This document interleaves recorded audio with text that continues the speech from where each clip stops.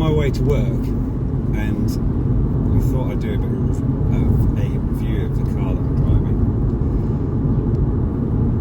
I've not had this very long. In fact, I've only just had it over a week. It's a Peugeot 308 Blue Line GT Line HDI, something like that.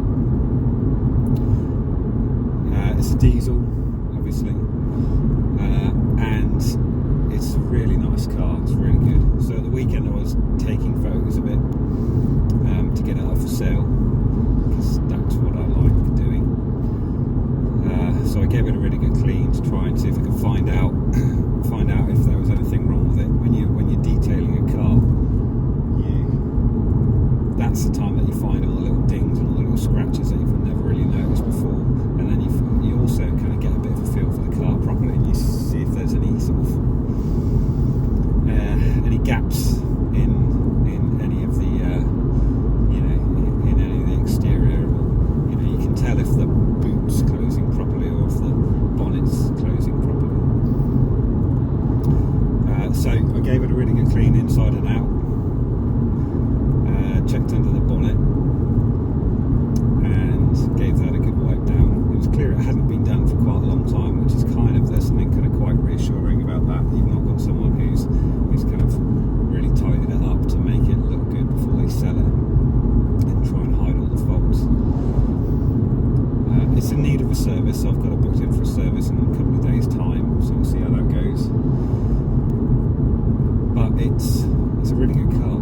So the catch is CAT S, so I've never bought a CAT S before, and I managed to track down the photos of the car just before I bought it. So I was kind of quite hesitant. I bought it on eBay. Wasn't really sure about whether to get it, but I felt I was getting it for a good deal. I really did. Part of the problem was it was miles away in Peterborough, so I then had to sort out how I was going to get there. So I spent the day going up on a train and then driving it back. But when I drove it back, I had such a good drive back. I kind of fell in love with it there and then. Such a nice car. So you can go online and you can you can pay to do a search on it and check its HPR clear and all that sort of stuff.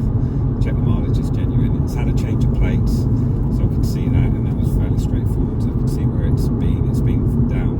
I think it was first registered down in the southwest, and then it went to Bristol as a salvage vehicle, and then it went up to Peterborough.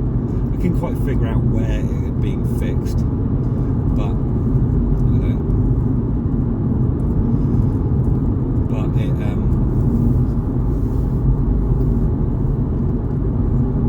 see that buzzard is trying to get that dead pheasant on the road. He's going to get run over, I reckon. But the photos are it's had front wing damage and a couple of the airbags have gone off, so that's that. So I took a bit of a punt on it. It was quite a bit of a punt, but hey, we'll see what happens. I thought I'd be driving it for a while, assuming it gets through a good service. It's got had a bit of service history with it, and I did a bit of research as well, and I managed to find out one of the previous places that are being serviced. I sort of phoned around one of the local garages, Peugeot garage, and they had it registered there, and they gave me the details of it serviced. So I've got 2 services on it, and I'm going to service it next. I'm servicing it this week. So maintenance wise it should be alright. So like I say, I've checked it over, and to be fair, it seems a really good nick. There's only a couple of tiny little issues with it. There's a couple of scratches on the rear window, which I hadn't spotted before, and you probably wouldn't notice. And on the roof, there's a bit of it's kind of corrosion to the paintwork. So it looks like there's been like a bird's shat on the roof. just in a small spot and it's been left. So there's a tiny bit of corrosion. However, there's another area which is really, really, really hard to see, where the paintwork looks like it is being touched up, and I only spotted it after cleaning the roof about 5 times, and then sort of looked carefully in the light, and I could see there had been a bit of touch up. So I'm thinking about getting some touch up paint and giving it a go with this, with the marker that's on the roof. The alloys are slightly curbed. I think all of them are slightly curbed. I might need to check again. It was a bit weird when I was cleaning it, because I was using the wheel cleaner. I was using wheel cleaner that you spray on and let it sit, and it turns all kind of pinky purpley, and that so it corrodes away all the brake dust and the oil. And on the front right wheel, which was where the actual damage was done, there's a lot of oil on the wheel, a lot of old sort of kind of grease on the wheel. So I spent a bit of time getting that away. I've got to clear that a little bit more still. I've still got a bit of work to do on that. I did wonder why it was there, but I can't quite figure it out. It's a bit odd, but I don't know. Maybe they're greasing a bearing or something. Who knows? Anyway, it kind of all looks fairly old. There was very little brake fluid in the reservoir as well when I checked under the bonnet. So I topped that up, and I've been checking that, and that's not been going down at all. So that it just seems like, who knows? It just seems like that wasn't touched. It's not been serviced for 12 months, so it's definitely due a service. I checked the oil, and it's kind of quite a dark colour, and I think that's quite good actually, because it means I get the impression, there's not an oil leak. If there was an oil leak, they'd constantly be topping it up, and it would look like fairly clean oil, which it isn't. So I've been checking the oil as well while I've been driving it, and it all seems pretty good. I've done nearly, how many miles have I done? I've done nearly 1,000 miles in it now, which is quite remarkable, but I've got quite a long drive back and forth from work, and I did about 250 miles on the day I bought it. I'm a bit nervous about putting miles on it. There's a biker just coming up behind me at quite a speed. Looks like he's trying to get past. Go on.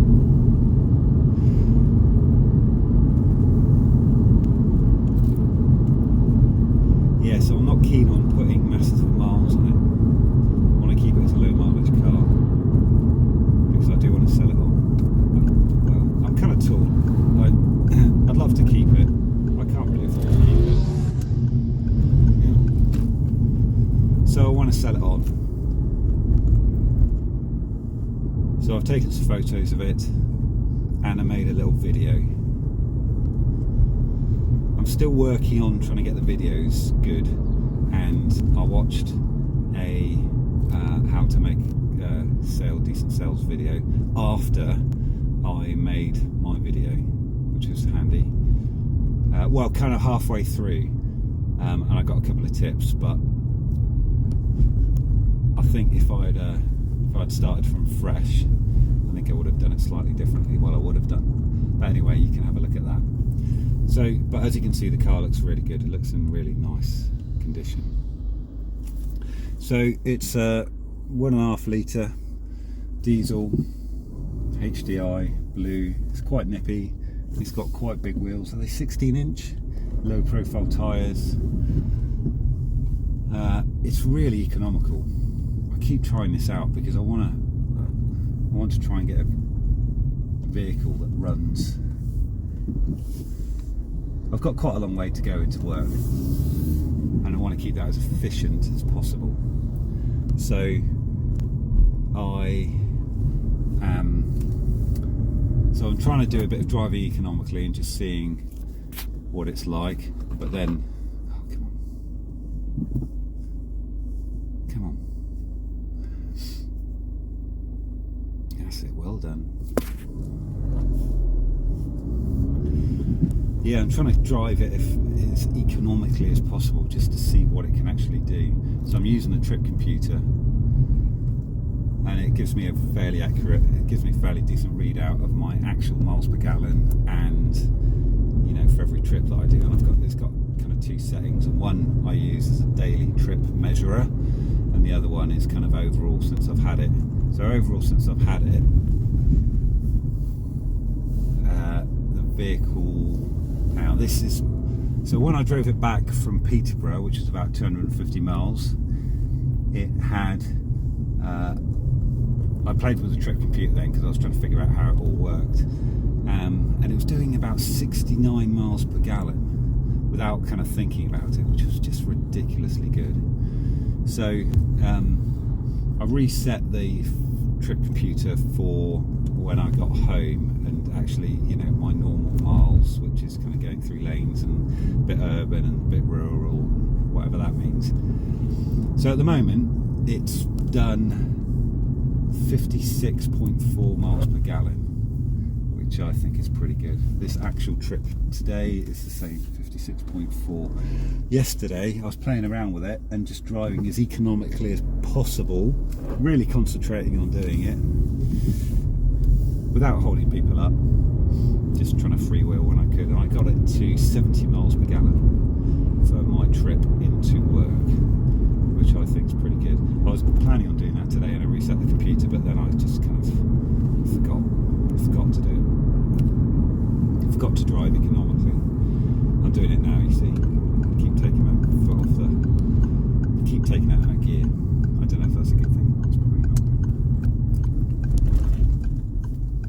I think the principle behind fuel economy is to try and get into a position where you are not holding anyone up, but avoiding braking as much as possible. So anyway, back to the car. So it's got trip computer. I've connected it to my phone, so it plays music and stuff through the apps, through Spotify, and plays YouTube. As you can hear, it's got sensors, motion sensors, not motion sensors, what am I talking about? Close proximity sensors that go off. It's got a reversing camera. It does this really funny thing, which this is my first ever reversing camera, so you're probably completely familiar with it. But it only films the back of the car, but as you reverse, it kind of takes a picture of the back of the car, and then on the screen it places your car inside that picture as you're moving backwards. So it looks like you've got a 360 view of your car from just above, an aerial view, which is really cool. I'm still not that confident keeping an eye on using the reversing camera. I'd rather just kind of look out the windows. I guess you can kind of look at it for sort of how close you are to vehicles behind you when you're reversing, but still it terrifies me just using the camera. I don't know, I'm a bit old school, I like to use my eyes and the mirrors.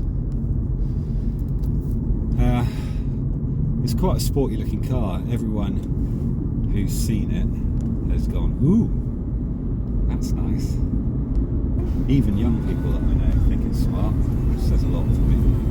It's got this beautiful panoramic roof, which I absolutely love.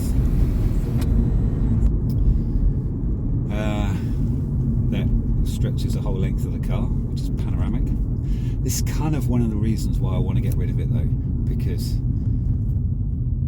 the amount of times I'm driving along, a lorry goes past and a stone flips up from a wheel, or I'm following a lorry and a stone bounces on the road and flies up and hits my windscreen, breaks my windscreen. I'm so paranoid about that happening to the glass roof. It must be an absolute fortune to replace. I don't know how people do it, and it's something I need to look up. Maybe it's covered under my windscreen insurance, I don't know, but I'd be surprised. It only had one key with it when I bought it, so I went to the local key place in town and got a replacement key.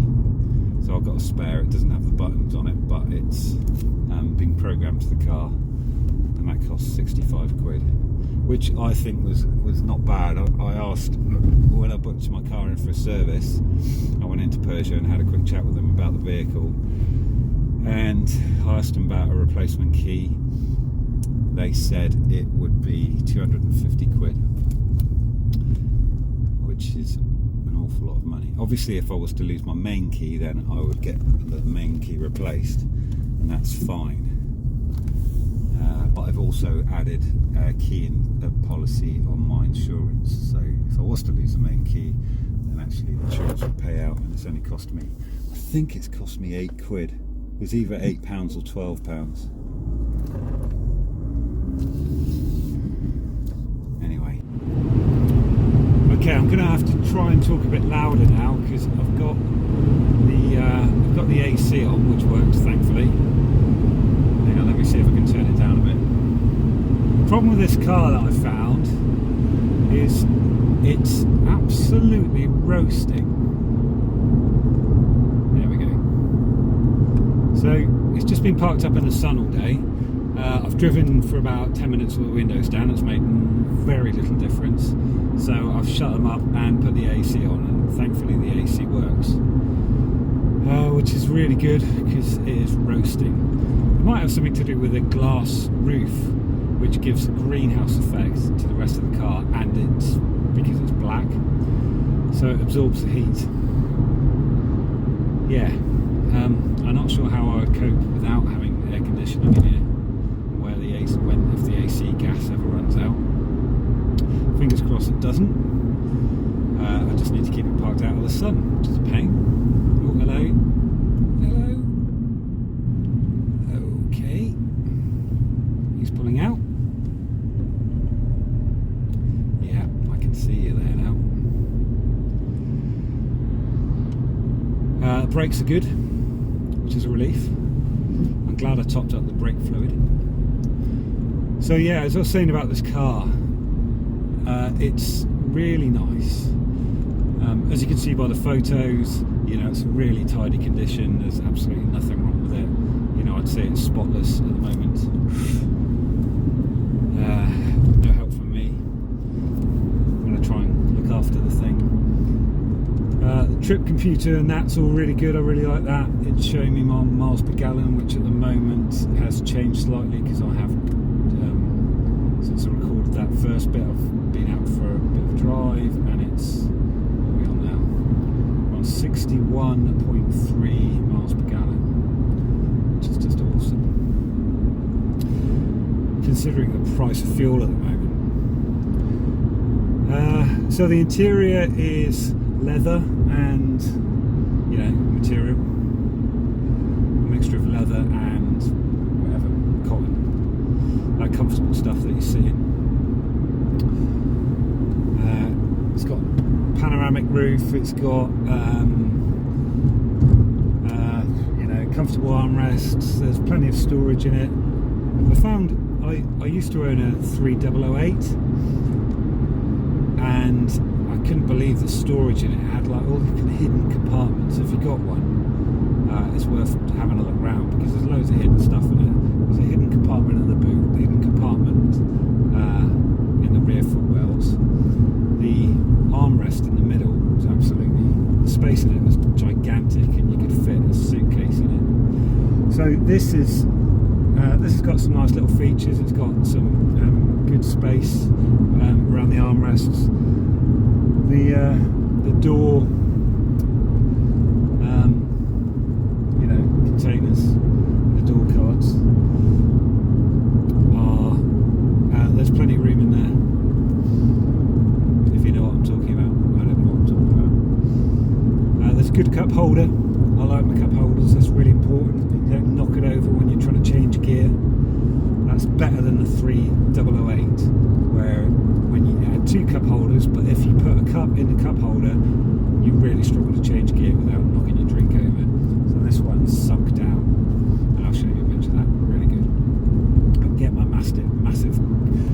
Costa cup in there. Got to be careful how I say that. The seats are, the seats are really comfortable, all very adjustable. You know, it's quite a big boot on it. It's the rear seats go down as you'd expect. It's got an armrest in the middle of the rear seats, but it's got 3 seats in the back. It's got a spare wheel, an actual wheel in the boot, and a jack. So if you get a puncture, there's a chance you could actually change it yourself if you're of the generation that actually does things for yourself. What else can I say? It's great. I love it when it's got, you know, automatic settings, automatic wipers, and automatic lights and stuff. I love it when you know, I was driving down the motorway and went into a tunnel, and suddenly all these internal lights come on. It just looks very cool. It's a very cool looking car at night. So, yeah, what else can I say? It performs really well, drives really nicely, it pulls really well. It's only 1.5 litre. So it seems as economical as you'd hope for this type of car. And I've got it booked in for a service, so we'll see how we get on. I've got it booked in with Peugeot, and I've asked them to have a bit of a look around. The MOT is due in November, but I don't really want to put an MOT on it now because it's like, it just doesn't seem any point at the moment. It seems like in fairly good nick, but we'll see what the service comes up with. Yeah, we'll go from there. Okay, so quick little update for you. I've just picked this up from Peugeot, so I took it into Peugeot, booked it in to have a service, and they've given it a service and given it a good check over, and it's all looking good. It's all really looking good. They did find that CV boot, the clips come off, so really it needs replacing. So I'm gonna get that done. I'm going to take it to the garage and get a new CV boot put on, because I don't want that, you know, having any effect on the motor. Because, you know, if all the grease comes out, then you know, the joint will start to wear a bit more. So I'm going to make sure that's sorted. But that's it. And they gave it a good check over. They did a little video, so I'm going to see if I can get hold. I've actually had a quick look at the video because they emailed it to me. I'm going to have a little look at that again and see if I can actually upload it onto this feed.